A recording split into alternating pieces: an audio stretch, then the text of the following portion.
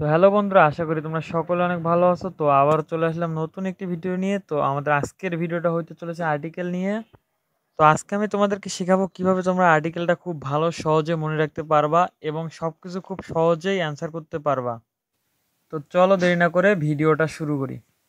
টপিকটা হচ্ছে হলো আমাদের আর্টিকেল নিয়ে। তো আর্টিকেল কিন্তু খুব সহজ একটা টপিক যদি তোমরা ভালোভাবে বুঝতে পারো। তো আর্টিকেল প্রধানত দুই প্রকার হয়ে থাকে। এক হচ্ছে হলো ডিফিনিট আর্টিকেল, আরেকটি হচ্ছে হলো ইনডিফিনিট আর্টিকেল। এই দুই প্রকার। তো ডিফিনিট আর ইনডিফিনিট বলতে নির্দিষ্ট আর অনির্দিষ্টকে বোঝায়। তো ডিফিনিট আর্টিকেল কোনগুলা? তোমার হচ্ছে হলো দা, অর্থাৎ টি টা খানা খানি রা গুলো কতটি আছে, কতগুলো আছে বা কতখানি আছে এগুলো বোঝাইতে দা ব্যবহৃত হয়, অর্থাৎ ডিফিনিট আর্টিকেল। আবার ইনডিফিনিট আর্টিকেল বলতে এ এন, এই দুটাকেই বোঝায়। অর্থাৎ নির্দিষ্ট কোনো একটি জিনিসকে বোঝাবে বা বস্তুকে বোঝাবে, এটা বোঝাইতে তোমাদের এ অথবা এন ব্যবহৃত হয়। অরিজিন অফ আর্টিকেল, আর্টিকেল প্রধান যে সূত্রটা সেটা হচ্ছে হলো এ এন এর ব্যবহার ওয়ান, একক অর্থ বোঝাইতে। আবার দা এর ব্যবহার হচ্ছে হলো দিস, দেস, দোজ, দ্যাট, অর্থাৎ টি আছে যেগুলো শব্দের সামনে সেগুলোর পরে দা বসে। তো এরপরে আসা যাক এ ও এন এর ব্যবহার। কনসোনেন্টের আগে এ বসে আর ভাউয়েলের আগে এন বসে। কনসোনেন্টের আগে এ বসে আর ভাউয়েলের আগে এন বসে। যেমন এ ডাস্টার, এ ল্যাপটপ। তারপরে ভাউয়েলের আগে এন বসে, an Apple, an orange. Exceptional rule ওয়ানে। তো এক্সেপশনাল রুল ওয়ানের পূর্বে অ্যান না লিখে এ লিখতে হবে। এটা হচ্ছে রুলের প্রথম শর্ত। অ্যান না লিখে এ লিখতে হবে। কোন কোন ক্ষেত্রে সেটা হবে? এ ওয়ান সাইড ম্যাচ, এ ওয়ান লেগড গার্ল। তো এরপর আসা যাক এক্সেপশনাল রুল টুতে। ভাউয়েলের উচ্চারণ ইউ এর মতো হলে, যদি ভাউয়েলের উচ্চারণ তোমার ভাউয়েল কোনগুলা? A E I O U, A E I O U, এগুলো হচ্ছিল ভাউয়েল। এগুলোর উচ্চারণ যদি ইউ এর মতো হয় তাহলে অ্যান না লিখে এ লিখতে হবে। তো আশা করি বুঝতে পারছো। ভাউয়েলের উচ্চারণ যদি ইউ এর মতো হয় তার হলে অ্যান না লিখে এ লিখতে হবে। যেমন a university student, a European girl. এখানে তোমার ইউ এর উচ্চারণটা দেখতে পাচ্ছ, uni uni. A university student, a European girl. Conceptual rule থ্রিতে অ্যাক্রোনিম, শব্দ সংক্ষেপ, অর্থাৎ তোমার শব্দ সংক্ষেপের উচ্চারণ যেগুলো হচ্ছে হলো তোমার এ আ F H L M N R S X দ্বারা শুরু হলে তার পূর্বে এন বসে। তারপরে যেমন my mom an MBBS doctor, এখানে এম আছে এমবিবিএস এর, যে কারণে তোমার এন বসছে। ব্যতিক্রম, এটার ব্যতিক্রমে যেটা আসতে পারে my brother is a BBA, my brother is a BBA. এখানে তোমার এই যে এমবিবিএস এর পরিবর্তে বিবিএ, এটা কিন্তু তোমরা আবার মনে করো না যে এই যে একটা নাম জন্য যে এ এন বসছে, এটা কিন্তু না। এখানে তোমার ব্যতিক্রমও আছে। এক্সেপশনাল রুল ফোরে।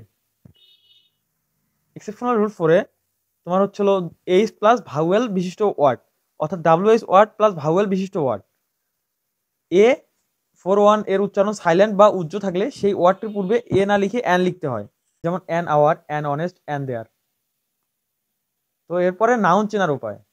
নাউন চেনার উপায়গুলো হলো অ্যান্ডস, ইনস, ইয়েন, সিওয়াই, ডম, লজি, শিপ, শোন, নেস, টি, মেন্ট, ভিটিং। অর্থাৎ এই শর্তগুলো যদি থাকে তাহলে বুঝবা যে ওটা একটা নাউন। মানে তোমার একটা ওয়ার্ড আছে, ওয়ার্ডের পরে এই শব্দগুলো দেখতে পারবা। যেমন ধরো থার্মোলজি, থার্মোলজি, তাহলে বুঝতে পারলো ওটা একটা নাউন। তারপরে আসা যাক রুল ওয়ানে। রুল ওয়ানটা হচ্ছে হলো the plus noun plus of. যেমন the importance of English chart be described M a single sentence. তারপরে বি নাম্বারে at the age of 15 she met tryst. তো এরপরে আসা যাক রুল টুতে। The plus comparative dot dot the plus comparative, অর্থাৎ যতই আর হলো ততই। এগুলো চেনার উপায় হচ্ছিল তোমরা শব্দের শেষে দেখবা ইয়ার, মোর অথবা লেস আছে। যেমন দা স্নট দা বেটার, দা ক্লোজেন দা বেটার। এরকম থাকলে তোমার এই রুলটা ইউজ করবা। তো এরপর আসছে রুল থ্রিতে, দা প্লাস সুপারলেটিভ ডিগ্রি। তো তোমাদের আশা করি টেন্স, ডিগ্রি এগুলো কারো ভুল বাজার কথা না। তো এগুলো চেনার উপায় হচ্ছে হলো ইস্ট, মোস্ট, লেস্ট, এই শব্দগুলো থাকবে বাক্যের শেষে, এই শব্দগুলো থাকবে শব্দের শেষে। Est, least, more. যেমন Zakia is the cutest girl in my friend list, this story is the most important part of the story. তারপর আসে যাক রুল ফোরে, দা প্লাস সিঙ্গেল এক্সটেনশন অর্থাৎ একক ব্যক্তিত্ব, যেমন the west, the east, the Padma, the Jamuna, the sun, the moon, অর্থাৎ তোমার একক ব্যক্তিত্ব, ওটার কোনো তুলনা হয় না। আর এরকম কিছু বুঝালে তোমার রুল 4টা ইউজ করবা। তো এরপর আসা যাক আর্টিকেলের ব্যবহার। ইউজেস অফ আর্টিকেল এক্স ব্যবহার, যেটা তোমার ক্রস চিহ্নওয়ালা যে আর্টিকেলটা ইউজ করবা সেটার ব্যবহার কিরকম হবে। যেমন ধরো, যেমন রুলটা